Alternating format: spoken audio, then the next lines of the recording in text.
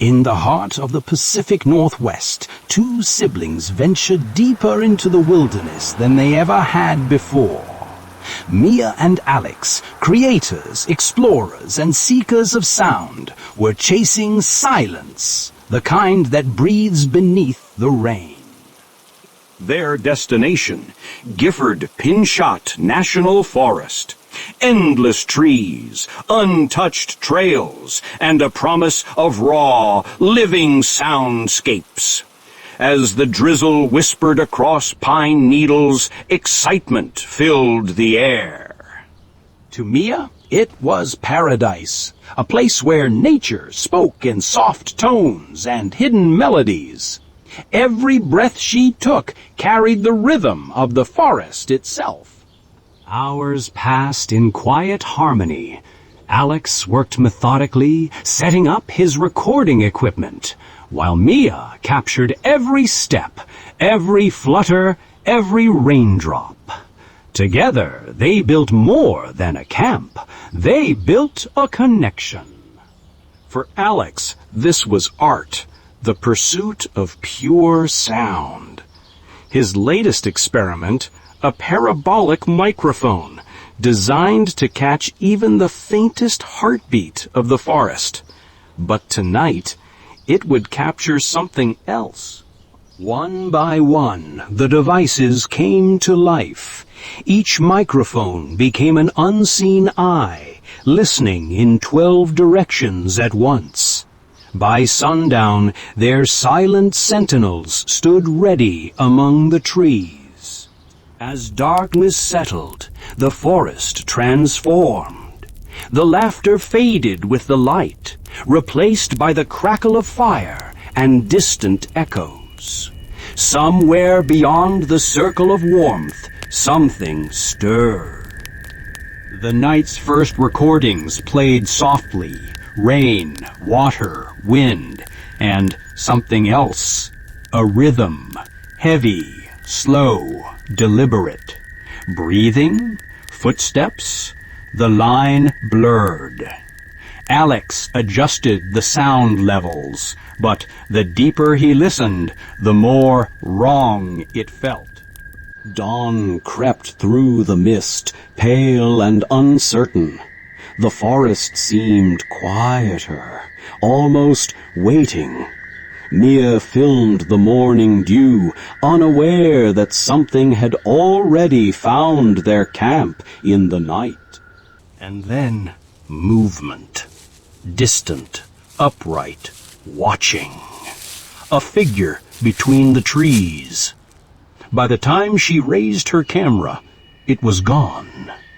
But in the wet soil beneath her feet, a single massive footprint remained. The forest had started listening back. Morning light breaks through the mist, revealing the wreckage. Their equipment lies twisted open, microphones peeled like metal flowers. Whatever did this didn't just destroy, it understood what it was breaking. Inside the tent, Alex replays the night's recording. Beneath the forest hum, voices, their own voices, echo back. Something out there had listened, learned, and now it was speaking back. The rain softened the earth, revealing a massive print, 18 inches long, 5 deep toes pressed into mud, too human to be an animal, too large to belong to them. Then smaller tracks, child-sized footprints following the giant ones through fog. Not one creature, but two, moving together like a family. Dusk burns orange and purple across the forest. Cameras hum, sensors blink, their camp glowing like a beacon.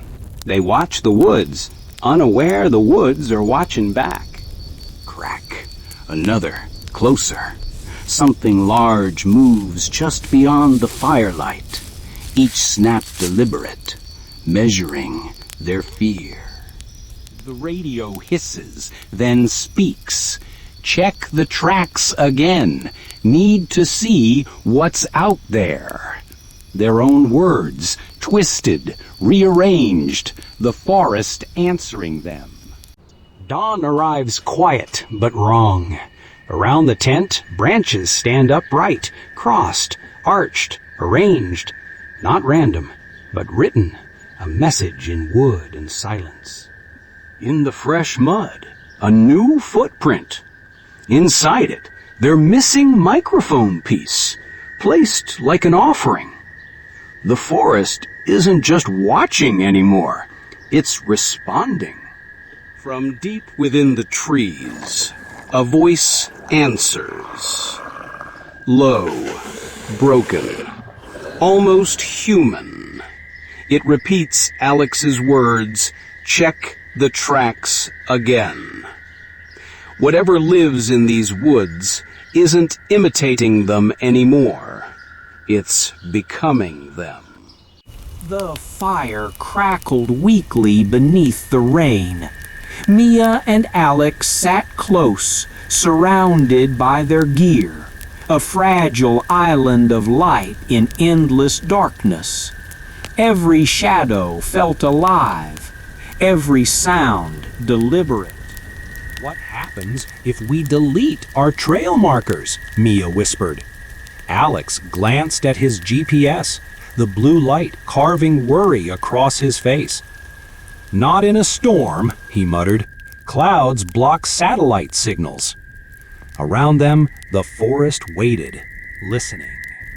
A single branch snapped beyond the firelight. Both froze. Eyes glimmered between trees, watching, then vanished. Alex switched to thermal mode. The forest appeared in ghostly blues and greens. Nothing human registered, but something was there. The parabolic mic caught breathing, deep, measured, intelligent, not animal, not human. Something alive and aware. "Time for direct evidence," Alex said. He stepped past the glow of the fire, flashlight cutting through fog. "We mean no harm," his voice trembled. "We're only recording sounds." The ground beneath his boot felt strange. Not mud, but woven moss, arranged in a perfect circle. He crouched to examine it. Then, movement flickered behind the trees. Something huge shifted in the dark, taller than any man, covered in wet fur. Alex swung his beam, caught only a blur, disappearing behind a massive fir. "Mia!" he shouted. The light sputtered. His flashlight died. The forest swallowed him in total darkness.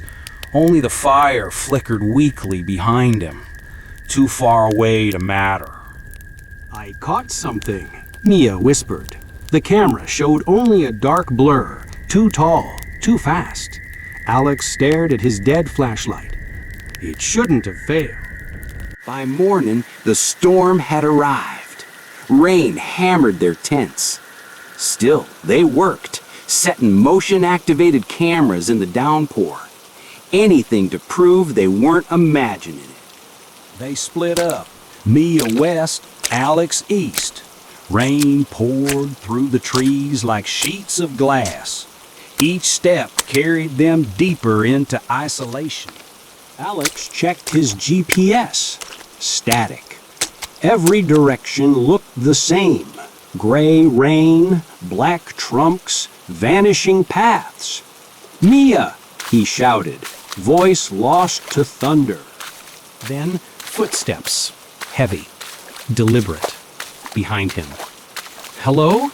he called, turning. Nothing, except the sound of something circling. Shapes moved between trees, too many to count. The sound of breathing surrounded him. They were hunting or herding. The forest blurred. Mud, roots, chaos. A massive hand reached from the dark, grabbing his camera. His scream vanished in the rain. "Alex, do you copy?" Only static. Mia's GPS flickered, showing his signal southeast, then still. She packed her gear. She was going after him. Through the storm, she found it, a structure of bent saplings and woven branches. Movement inside, large shapes, and one human-sized. "Alex," she breathed.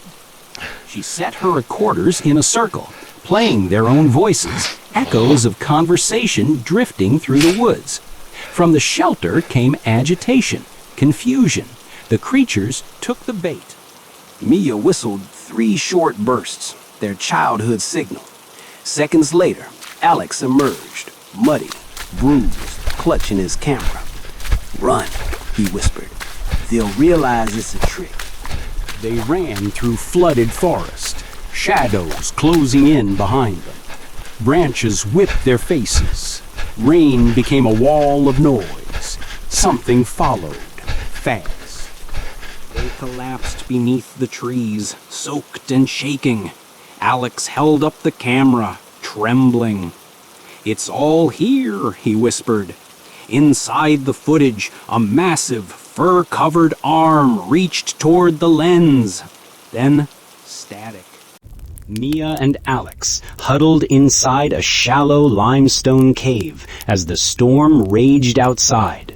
Mia tried to wipe the mud from her face, but it only smeared darker. Alex's eyes stayed fixed on his camera, replaying the final frame of a massive, fur-covered arm reaching for the lens. Outside, thunder rolled like the mountain's heartbeat. He rewound the footage again and again, studying every blurred motion, every shadow. The structure that had held him captive wasn't random. It was deliberate, intelligent. They realized the creatures hadn't attacked. They had observed. Rain hammered the forest beyond the entrance as the siblings pushed deeper underground. Their flashlights cut through mist, revealing smooth walls glistening like wet glass. The cave stretched ahead, silent, ancient. They entered a chamber glittering with crystal veins, light scattering like reflections on water.